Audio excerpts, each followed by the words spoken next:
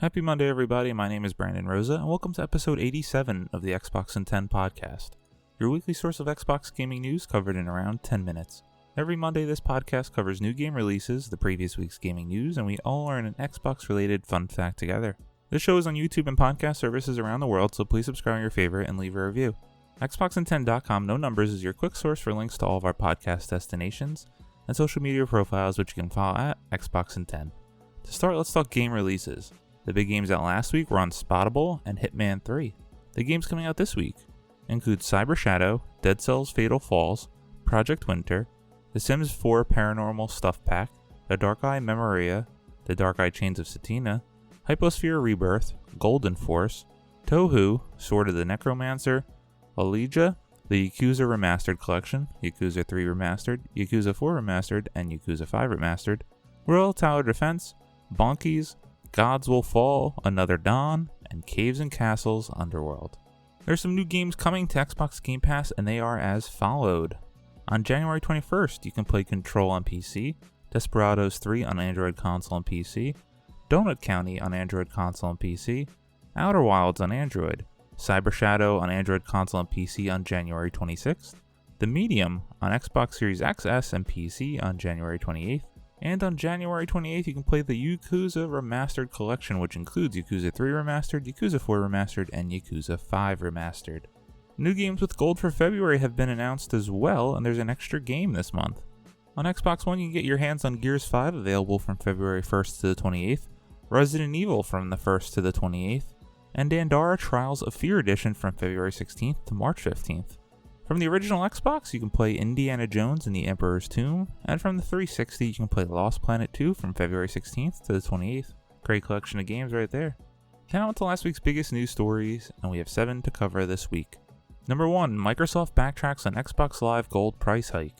Sam Byford at The Verge writes, Microsoft has reversed its controversial Xbox Live price hike. The company announced a price hike on Friday that would have doubled the cost of a yearly subscription to the service, which is required to play games online on Xbox consoles, to $120 for many users. Now though, Microsoft says the price will stay the same.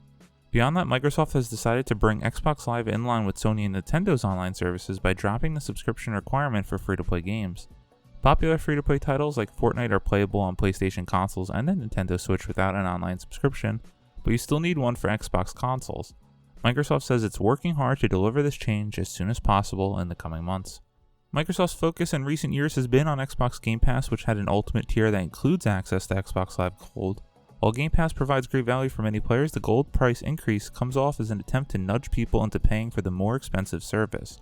It's not surprising that the initial announcement was so poorly received, but Microsoft's reversal is good news for Xbox Live Gold subscribers who aren't interested in Xbox Game Pass, and even better news for people who only use Xbox Live Gold to play free-to-play games. What a dumpster fire on the internet blew up, and rightfully so. It just seemed like a really tone-deaf response from Xbox, who has been so consumer-first and friendly over the last couple of years.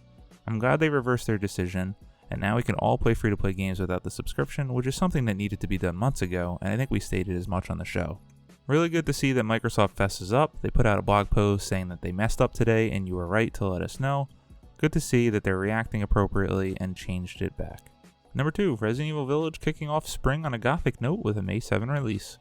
Carly Veloci at Windows Central writes, Capcom kicked off the Resident Evil showcase on Tuesday with some great news for those waiting for Resident Evil Village. Producer Pete Fabiano announced that the game will be coming to current and next-gen consoles on May 7th, 2021. He also announced that the pre-orders will be open on Thursday. A demo will also be available today, but it won't be available on Xbox, just on PS5. Other demos are coming at a later date this spring across all platforms.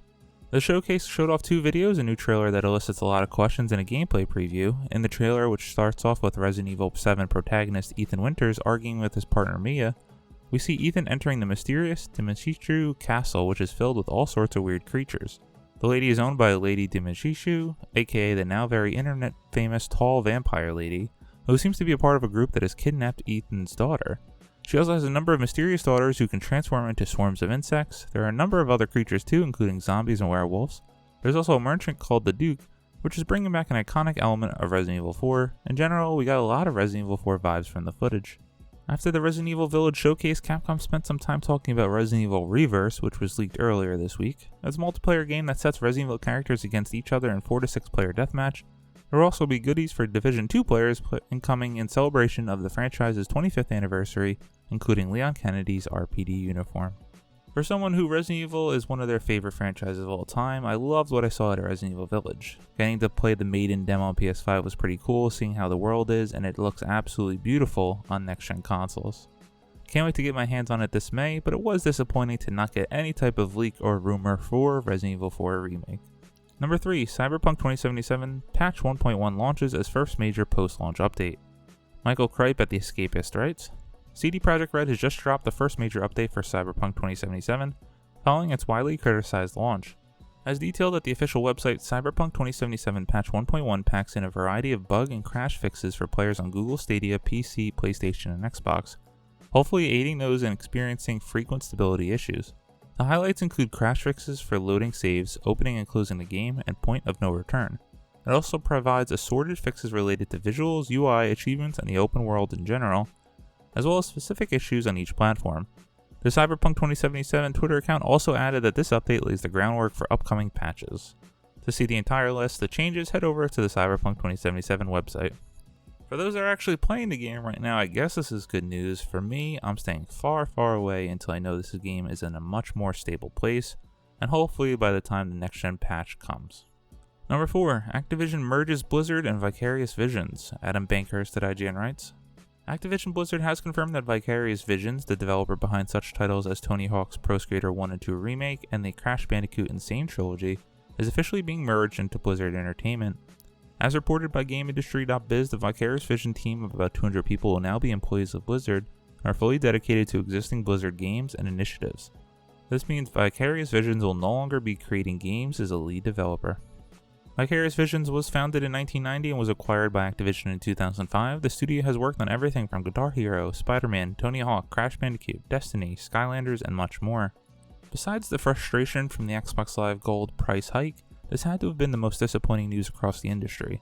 Personally, I got to see how good Vicarious Visions was with the Tony Hawk's Pro Skater 1 and 2 Remake, which is just excellent, and I know many people love the Crash Bandicoot Insane trilogy. It's disappointing that we're not going to see them develop more remaked games or develop games on their own. They've been a great studio over the last couple of years, and now they're just moving into support. Damn you Activision and damn you Blizzard. Number 5, Hitman 3 devs working to bring ray tracing to Xbox Series X and S.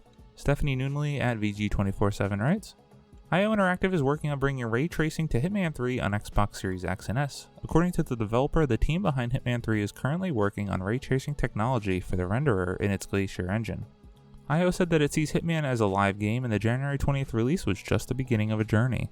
Quote, we're going to keep working on the game and adding new features. It's great that the GPU in the Xbox Series X and S has hardware support for ray tracing. We've already started working on ray tracing technology for the renderer in our Glacier engine, and once that's deemed ready for prime time, we'll definitely bring it to the Series X and S hardware, end quote, said CTO Maurice De Pasquale. Hitman 3 seems to be widely loved and I've never played a Hitman game. I kinda hate that I saw this news because now I feel like I'm just gonna wait till they have ray tracing in the game before I give it a shot. Hopefully it's sooner than later. Number 6, no plans for Fall Guys to come to Xbox Game Pass. Joe Scrubbles at IGN writes, excitement was sparked today after fans spotted Xbox Game Pass suggesting Fall Guys would be arriving soon, but Mediatonic and Devolver have since quashed the idea, with the publisher saying there are no plans for the game to hit the subscription service. As pointed out by Ron Bag on Reddit, the Xbox Game Pass Instagram account recently replied to a user hoping for Fall Guys on Game Pass by saying it's coming. However, after news started spreading today, the game's official Twitter account and publisher Devolver moved to deny it. Devolver explained to journalist Tom Warren that there are no plans for the popular game to come to any form of Game Pass, meaning the Xbox, PC, or cloud versions of the service. It's not clear how the miscommunication happened, but the Fall Guys Twitter account called it a bit of a mix-up. Fall Guys Ultimate Knockout saw huge success last year after launching on PC and PS4, debuting as a PlayStation Plus game. An Xbox version has never officially been denied, but it seems it won't be joining Xbox's subscription anytime soon. I want this game on Xbox so very bad. I have it on PC and I have it on PlayStation. It's an amazing game and I want to play with more of my friends. Hopefully it comes to Xbox soon, even if it's not coming to Game Pass. And number 7, YouTube finally enables HDR support on Xbox consoles. Tom Warren at The Verge writes, YouTube is finally enabling HDR support on Microsoft's Xbox consoles. The HDR support works across existing Xbox One S and X devices, and new consoles like the Series X and the Series S. As long as you have a TV or monitor capable of displaying HDR videos, the YouTube app will now automatically switch to output HDR content. The YouTube app on Xbox has never supported HDR previously, despite HDR being available on the PlayStation 4 since 2019. While the PS5 and Series X launched in November without YouTube HDR support, and it's still not available on the PS5 yet, a step back from what was available on the PS4. Cool to see this for all you video nerds like myself. Glad to see some HDR content coming to YouTube, and now I can play it and watch it on my Series X.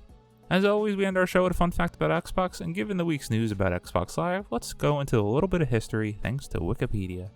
Xbox Live, formerly styled as Xbox Live with the live in all caps, is an online multiplayer gaming and digital media delivery service created and operated by Microsoft. It was first made available to Xbox ecosystem on November 15, 2002. An updated version of the service became available for the Xbox 360 console at the system's launch in November 2005, and a further enhanced version was released in 2013 with the Xbox One. This same version is also used with the Series X and Series S. I still remember my first time jumping on Xbox Live in what must have been late 2004 or early 2005, playing Halo 2 when I finally got a router and Xbox Live working. It was an incredible experience, and I'll never forget dying and being massacred by everyone online, even though I thought I was great compared to my friends. Thank you all for listening to the Xbox in 10 podcast, your weekly source of Xbox gaming news covered in around 10 minutes. If you like the show, please subscribe on your favorite podcast service, share with your friends, leave a review, and follow on all social media at Xbox in 10. This past week, I've worked a lot of hours at work, so I haven't had too much time to game. I squeezed in the maiden demo on PS5, and I'm hoping to play some Jedi Fallen Order on the Series X after I record. My name is Brandon Rosa. You can follow me on Xbox at Brosa93. Hope you guys all have a great week, stay safe, and keep on gaming.